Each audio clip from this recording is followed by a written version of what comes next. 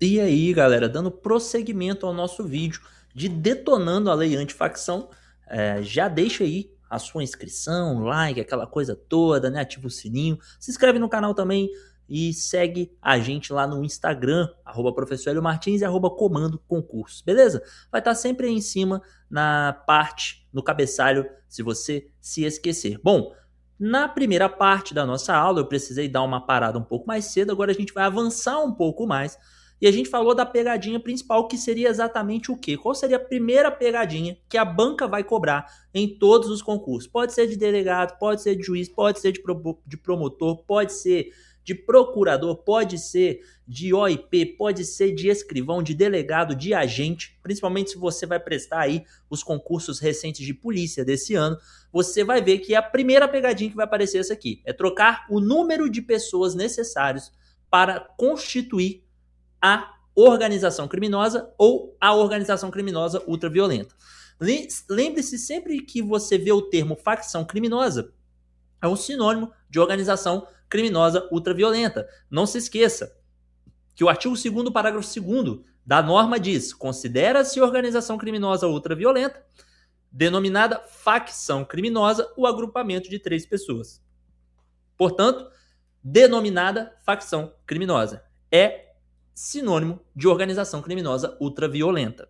Então, vimos aí os requisitos e tudo mais. A pegadinha, já falamos, né, do número de pessoas necessário para constituir a organização ultraviolenta ou a organização criminosa. Agora, por que é importante saber o porquê das coisas? Decorar é uma forma de estudar? Sim, decorar é uma forma de estudar, mas entender o porquê das coisas também é importante. Então, por que o legislador baixou para 3 e dispensou a necessidade de uma estrutura ordenada de tarefas? Lá na Lei 12.850, se você abrir ela agora, aí, seja no seu Vademecum, seja no site do Planalto, ou seja no seu material de estudo, você vai ver que um dos requisitos é que ela seja estruturalmente ordenada, ainda que as funções sejam formais ou informais. Então, por que o legislador, nesse tipo penal novo da lei antifacção, dispensou essa estrutura? Porque facção de rua não tem organograma. Tem gerente de boca, tem olheiro, tem soldado. Então, exigir uma estrutura ordenada seria praticamente dar de presente uma tese para a defesa. A defesa poderia alegar para o promotor, para o Ministério Público, ou até mesmo para o delegado: olha só, doutor, o senhor está falando aí que nós temos 3 pessoas de forma organizada para promover o domínio estruturado, só que nesse contexto não há uma estrutura. Eu não tenho aqui um gerente, eu não tenho uma pessoa que faz o que precisa fazer, eu não tenho umas funções pré-ordenadas, diferentemente da organização criminosa. Crimes de associação, como associação para o tráfico, a organização criminosa, organização ultraviolenta, é o que nós chamamos de crimes societários, em que é necessário uma estabilidade e permanência. Affecto societatis, ou seja, é necessário que essas pessoas estejam com o dolo de se associar. Por isso que nem é necessário que essa organização criminosa ou a organização ou a crime ultraviolenta venha praticar os delitos previstos em lei, seja um homicídio, seja o domínio social estruturado, seja o favorecimento ao domínio social estruturado, porque se trata de um crime formal. O que é o crime formal? É aquele crime que está previsto na norma e inclusive está previsto o resultado, mas o resultado para a consumação do crime é dispensável. Então basta a reunião de pessoas com a intenção de promover esse domínio, essa coação, essa ameaça, essa violência, de ocupar o local onde o Estado não ocupa, para que se aperfeiçoe o tipo penal, sendo prescindível, ou seja, desnecessário, que essa ORCRIM ultraviolenta venha efetivamente a praticar os delitos. Beleza? Então, isso aqui, além de você baixar para 3 e dispensar a estrutura, tornou mais fácil a punição do Estado em relação a essas ORCRIMs ultraviolentas. Segundo o Rogério Sanches, ele registra o seguinte, que a tipificação do crime de organização criminosa, também chamado de facção criminosa, não revogou a lei de organização criminosa, que é a lei 12.850. E segundo Rogério Sanches Cunha, que é um doutrinador pelo qual eu tenho um grande apreço, né? Inclusive estudei por ele durante muito tempo, e ainda estudo. A lei, a nova lei, a lei de Orcrim ultraviolenta, ela criou um subtipo especial, resolvido pelo princípio da especialidade. Peraí, como é que isso aí... Como é que a gente vai resolver esse negócio? Beleza. Então você tem vou explicar, 3 modalidades normativas que passam a coexistir. Primeiro, você tem a Orcrim comum, que é 4 ou mais pessoas, de estrutura ordenada, com divisão de tarefas, com a intenção de obter vantagens ilícitas. A pena da organização criminosa é de 3 a 8 anos. Não é um crime hediondo. A facção criminosa, que foi inserida pela Lei 15.358, a nossa lei antifacção, exige a presença de 3 ou mais pessoas que utilizam de grave ameaça ou coação para estabelecer um controle territorial ou social. A pena é de 20 a 40 anos e o crime passa a ser hediondo. E nós temos a milícia privada, ou um grupo paramilitar, que são 3 ou mais pessoas. Isso aí, 3 ou mais pessoas, é a doutrina que fala, tá bom? Olha só, o artigo 288-A do Código Penal, se você abrir ele lá, ele vai estar escrito assim: constituir milícia privada, tal. Só que constituir milícia privada para praticar crimes previstos neste código, no Código Penal, só que não fala a quantidade de pessoas necessárias para a composição da milícia privada. A doutrina, e não a lei, afirma que são necessários 3 ou mais pessoas. Eu poderia ter uma milícia privada com 2 pessoas? Parte da doutrina afirma que não, porque 2 é uma dupla. Mais de 2 eu já tenho uma possível organização. 2 pessoas seria concurso de crime, não seria suficiente para a milícia privada, mas o artigo 288 do Código Penal não fez essa exigência de 3 pessoas. De todo modo, o artigo está lá. Constituir, organizar, integrar, manter ou custear milícia privada, cuja pena é de 4 a 8 anos. Não é um crime hediondo e ele ainda existe. Então, qual que é a parada? O grande desafio é você identificar na sua prova, em termos práticos, você tipificar se é uma organização criminosa comum, se é uma facção criminosa, que é uma organização criminosa ultraviolenta, ou se é uma milícia privada, ou um grupo paramilitar. Porque esses 3 tipos penais continuam coexistindo. Qual que é a ideia aqui para facilitar?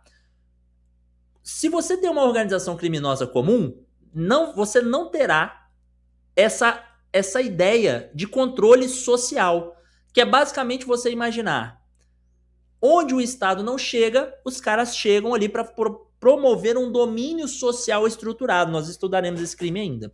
Já a milícia privada, ela não tem essa ideia, mas segundo o artigo 288 do Código Penal, e os senhores me permitam aqui, eu peço o VN até para abrir o Código Penal, ele já está aqui na minha frente, inclusive, e se vocês tiverem condições de acompanhar aí a leitura do artigo 288 do Código Penal, que eu devo ter até transcrito aqui, né? Mas tudo bem, não tem problema eu ler de novo, não.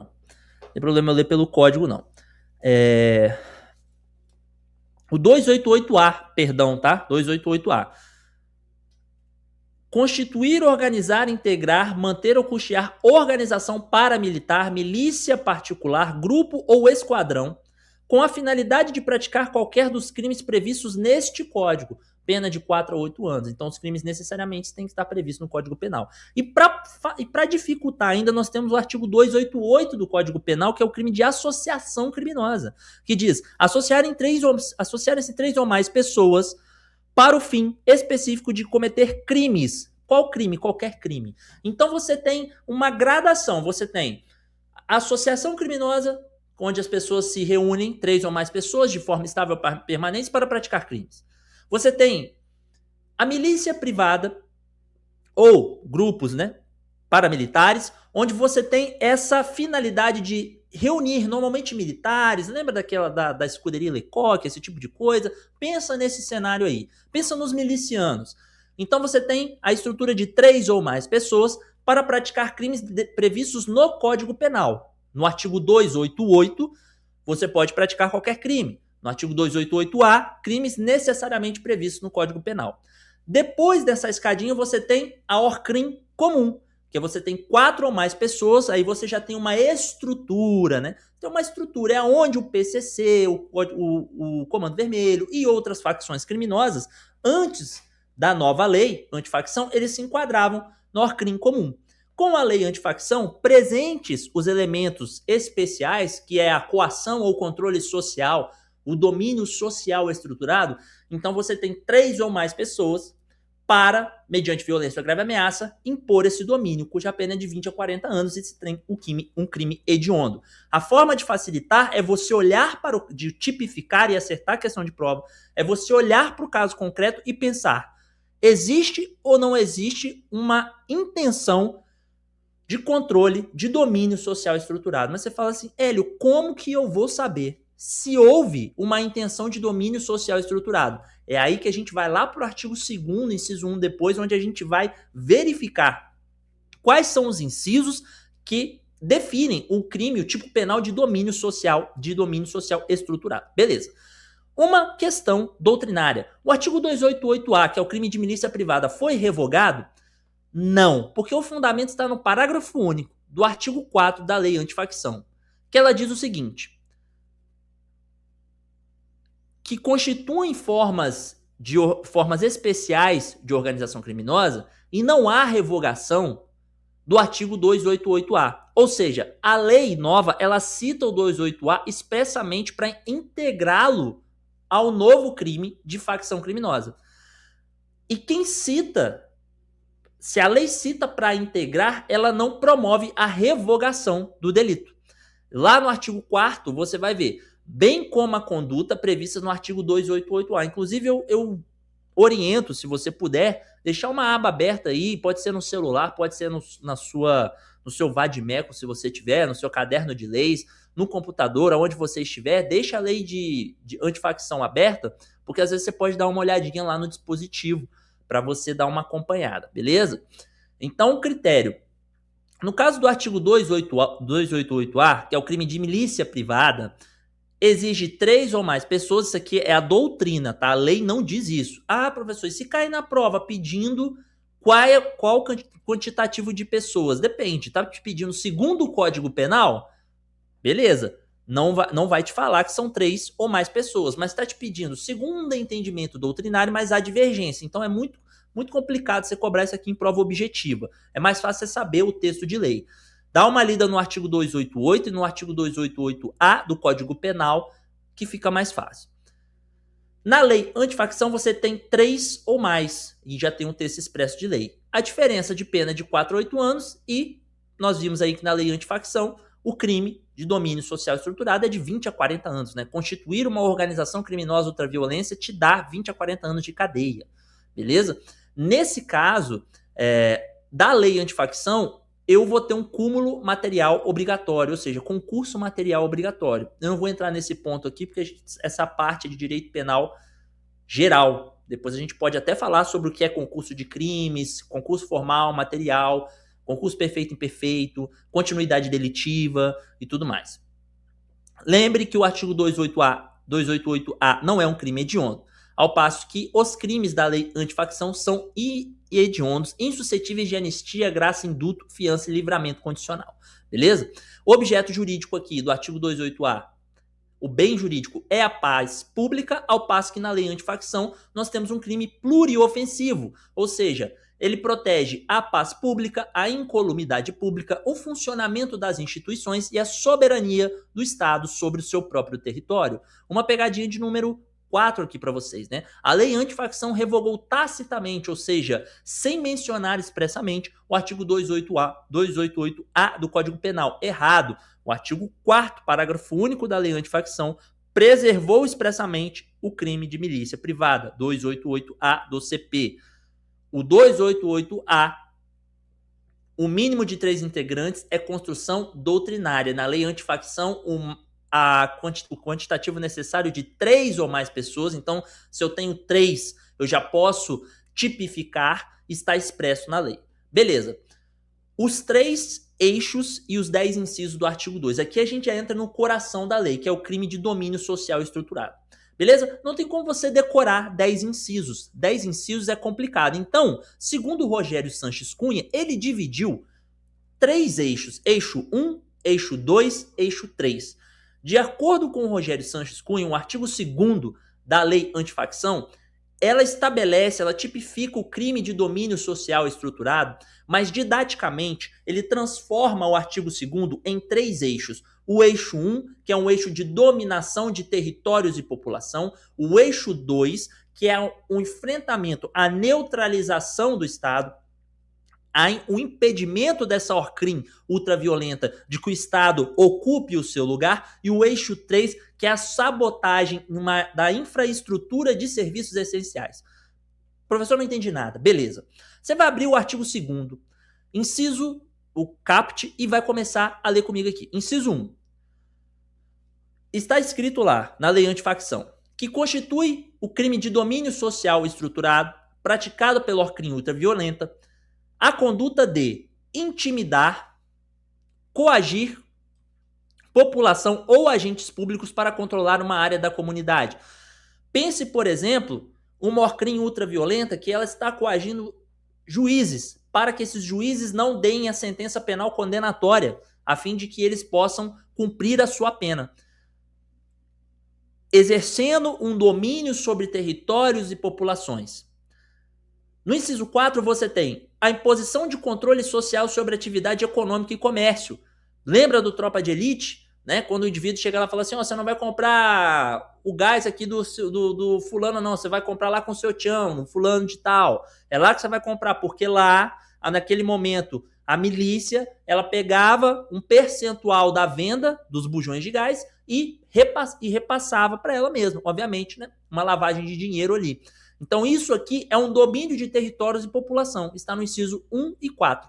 Já no eixo 2, segundo Rogério Sanches Cunha, nós temos aí os incisos 2, 3 e 6, onde nós temos uma ideia da ORCRIM ultraviolenta enfrentando o próprio Estado, mediante armamentos, explosivos, uso de agentes químicos, barricadas, bloqueios, incêndios. Nós vimos isso aí acontecer no Rio de Janeiro recentemente, é o exemplo mais cristalino, e ataque a presídios também. Nós vimos isso aí com Marcola, o PCC tentando resgatar o Marcola de helicóptero. Vocês lembram disso? Faz um tempo já, né?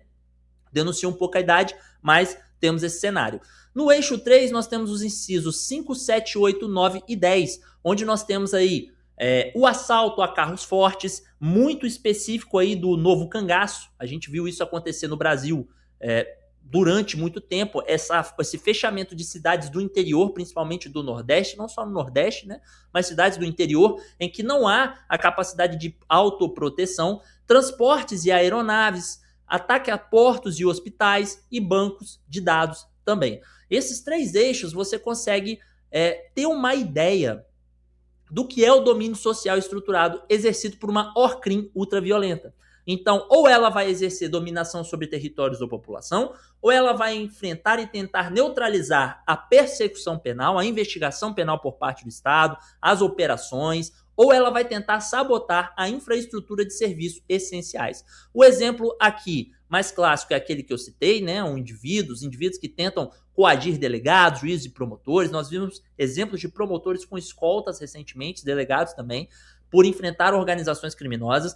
Aqui, o exemplo mais clássico pode ser até mesmo o próprio Rio de Janeiro. Nós vimos aí recentemente a necessidade de fazer operações em grandes comunidades, com barricadas e tudo mais. E o novo cangaço aqui seria talvez o exemplo mais significativo do eixo 3, onde você tem a sabotagem de infraestrutura de serviços essenciais. Beleza. Então, bizu de memorização. Domina o território, enfrenta o Estado, sabota a estrutura. Beleza? Agora a gente precisa fazer uma análise que é um pouco maçante, mas ela é muito importante para a gente analisar o artigo 2º da lei antifacção, que é o artigo 2º e seus respectivos incisos. Quem é o sujeito ativo, quem é o sujeito passivo, qual é o elemento subjetivo e tudo mais. Então, sujeito ativo, ou seja, quem pratica o crime, é um crime próprio, porque exige que esse crime do artigo 2º, que é o crime de domínio social estruturado, ele seja praticado por um integrante de organização criminosa ultraviolenta, um grupo paramilitar ou uma milícia privada. Então esse crime é próprio, porque ele exige uma qualidade especial do agente que somente ele pode praticar. O sujeito passivo é a coletividade, por isso que se chama crime vago. Por exemplo, no crime de homicídio eu tenho como sujeito passivo a própria vítima, que sofreu homicídio tentado ou consumado. No crime de domínio social estruturado, eu tenho como sujeito passivo a coletividade. Como eu não consigo mensurar a coletividade, porque são muitos, milhares de pessoas, eu chamo de crime vago, porque eu não consigo identificar. Então ele é vago, eu não consigo identificar quem está sofrendo a conduta, eu não consigo identificar o sujeito passivo. É claro que se essa organização criminosa praticou um homicídio, eu tenho o sujeito passivo identificável, mas aqui nós estamos tratando do artigo 2º, que é o crime de domínio social estruturado. O elemento subjetivo, que é a finalidade, a vontade de praticar o crime, é o dolo. Dolo é a vontade de praticar os elementos constitutivos no tipo previsto no artigo 2º e os seus incisos. Mas, em alguns casos, como não todos, mas em alguns casos, você exige o especial fim de agir. Como, por exemplo, no inciso 1, com o propósito de impor ou exercer controle. E a lei ela não tem palavras vazias. Ela não tem palavras inúteis. Ou vai haver a imposição ou o exercício do controle. Às vezes a imposição daquele controle. Você está impondo, às vezes você está exercendo. Impor é diferente de exercer. Então cuidado com as questões narrativas em bancas mais capciosas como o FGV, que vai te dar um textão em que você vai ter um caso concreto e às vezes você não vai conseguir identificar o crime de domínio social estruturado, porque às vezes a FGV ou qualquer outra banca está utilizando o verbo nuclear do tipo impor. E a imposição do domínio é suficiente para a caracterização do tipo penal. Não é necessário o exercício efetivo do controle do domínio social estruturado para aperfeiçoamento do tipo penal. Outro exemplo também do fim especial de agir, que também pode aparecer para você como elemento subjetivo especial do injusto ou dolo específico também, é com o objetivo de obstruir, lá no inciso 5, ou com o fim de desorientar.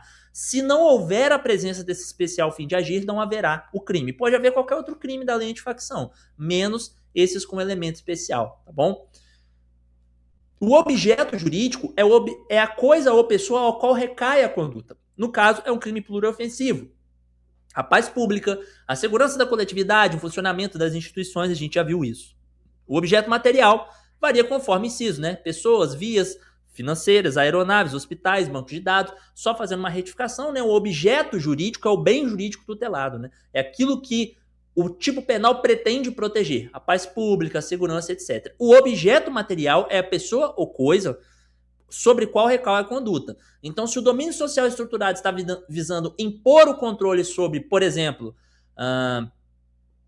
pessoas em uma determinada comunidade, o objeto material do crime são as pessoas. Se ele tem por finalidade interromper ou impedir a persecução penal, a atuação da polícia através de um domínio social estruturado, eu posso ter essa instituição como objeto material. Núcleos do tipo é um tipo misto alternativo. O que é um tipo misto alternativo ou também crime de ação múltipla ou crime plurinuclear? Significa que basta que eu pratique um verbo nuclear do tipo para que o crime esteja consumado. Isso significa que se eu pratico dentro de um mesmo contexto diversos verbos nucleares do tipo, eu estou praticando um crime único e não não vários crimes. Na consumação, como a gente já havia antecipado, trata-se de um crime formal. A mera prática da conduta, independentemente da facção efetivamente dominar aquele território, já é suficiente para a caracterização do delito. A tentativa, ela fica prejudicada na prática por causa do parágrafo 5º, que nós veremos que é um crime de obstáculo. Chama-se de antecipação da tutela penal. Eu antecipo no iter criminis a punição de atos preparatórios. Isso significa que, às vezes, a organização criminosa ela tem a intenção de praticar aquele crime. Ela não chegou nem a se constituir, mas a mera intenção, nos termos do parágrafo 5º, lá do artigo 2º, ele já é suficiente para caracterizar o delito. Então, faticamente, você pode pensar, talvez, num homicídio tentado, praticado no contexto do domínio social estruturado, beleza, mas o crime de domínio social estruturado por si, que é o artigo 2º e seus incisos, que não se confundem com os outros delitos, ele, teoricamente, não admite tentativa, porque os crimes os atos preparatórios, né, vamos supor que a organização criminosa está ali pegando explosivos para destruir um caixa, para poder exercer esse domínio territorial em um determinado lugar, né? Suponha que isso aconteça. Bom, nesse cenário aí, você tem uma prejudicialidade da tentativa, porque não se chama de crime de obstáculo. Por que obstáculo? Porque obsta a continuidade para o iter criminis e as demais condutas. Significa dizer que há um obstáculo à continuidade da prática do delito até o aperfeiçoamento e a chegada da consumação e do exaurimento. Mas a gente vai ver isso um pouquinho mais para frente. Beleza? Pegadinha número 5. Tá? Nós temos várias aqui, eu fui colocando várias para vocês. O artigo 2º é crime próprio. Crime próprio exige uma qualidade especial do agente. O artigo 3º é um crime comum, pode ser praticado por qualquer pessoa. O que está previsto no artigo 3º, Hélio? O crime de favorecimento ao domínio social estruturado. Qualquer pessoa pode ajudar uma facção criminosa ou uma organização criminosa ultraviolenta. Mas quem pode constituir a organização criminosa ultraviolenta, no caso do artigo 2º, é somente os seus integrantes. Nesse contexto, no artigo 2º eu tenho um crime próprio. No artigo 3º, eu tenho um crime comum. Então, a banca ela pode trocar a frequência, né, com uma frequência absurda, esses elementos normativos do tipo. Então, pensa, para dominar, você tem que ser da facção. Então, se eu tenho que ser, é um crime próprio, porque exige que o ser, no ser, uma qualidade especial do agente. Beleza? Crime próprio. Outro exemplo de crime próprio, professor, para eu poder entender melhor. O crime de peculato. Para praticar o peculato, você precisa ser funcionário público. É uma qualidade especial do agente necessária para o aperfeiçoamento do tipo penal. Lá do outro, para favorecer, eu posso ser qualquer pessoa. Eu posso ceder a minha residência para que os indivíduos exerçam domínio social estruturado naquela localidade. Armazenem entorpecentes, armazenem armas e tudo mais. Então, neste caso, eu estou favorecendo. Eu faço parte, essencialmente, da organização criminosa ultraviolenta? Posso não pertencer.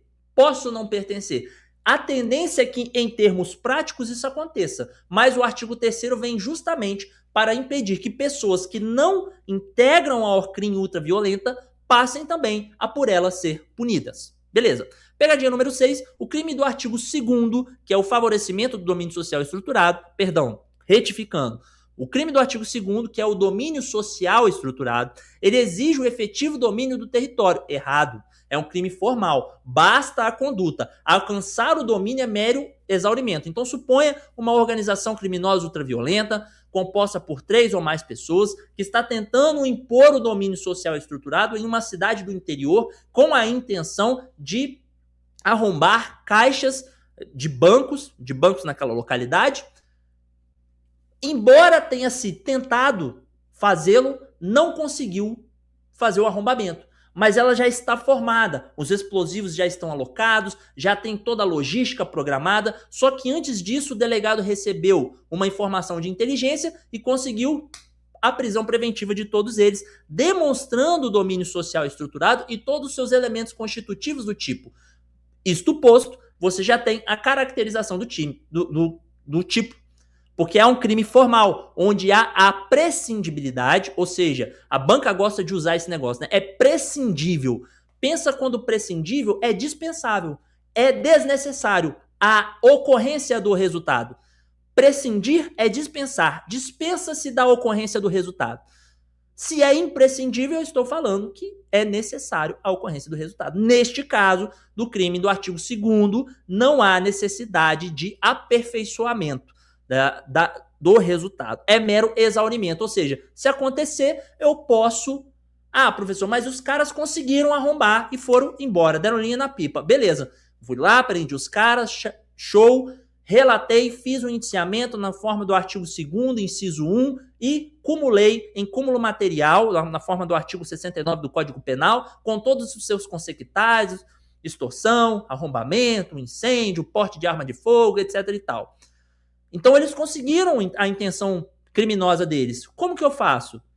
Simplesmente vou indiciar e tocar para frente. Mas esse conseguir é mero exaurimento. Se esse exaurimento caracterizar um crime autônomo, como por exemplo o roubo à mão armada, beleza, eu vou botar que os indivíduos praticaram o crime previsto no artigo 2º, inciso 1, por exemplo, da lei antifacção, cumulado com o roubo circunstanciado pelo concurso de pessoas mediante o uso de arma de fogo. Mas se o exaurimento, porventura, não constituir crime autônomo, eu também posso utilizar essas circunstâncias como circunstâncias judiciais na dosimetria da pena no momento da sentença penal condenatória, nos termos do artigo 59 do Código Penal, mas quem vai fazer isso é o juiz. Vamos dar o QRX para a gente beber uma água, depois a gente volta com a parte 3 para a gente detonar, continuar detonando essa lei antifacção, beleza? Tamo junto, até breve.